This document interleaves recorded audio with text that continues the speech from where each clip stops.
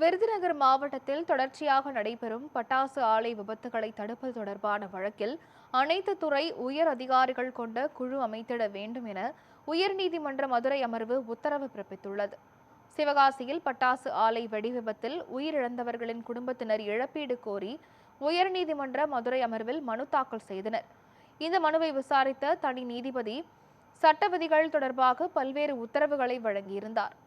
தனி நீதிபதியின் இந்த உத்தரவை எதிர்த்து உயர்நீதிமன்ற மதுரை அமர்வில் அரசு தரப்பில் மேல்முறையீட்டு வழக்கு தாக்கல் செய்யப்பட்டிருந்தது. இந்த வழக்கை விசாரித்த நீதிபதிகள் பட்டாசு விபத்துகளை தடுப்பதற்கு என்ன செய்ய வேண்டும் என மாவட்ட இலவச சட்ட உதவி மைய தலைவர் தலைமையில் உயர் அதிகாரிகள் கொண்ட குழு அமைத்திட வேண்டும் என உத்தரவிட்டனர். அதன்பின் அறிக்கையை நீதிமன்றத்தில் தாக்கல் செய்ய உத்தரவிட்டு வழக்கு விசாரணையை ஒத்திவைத்தனர்.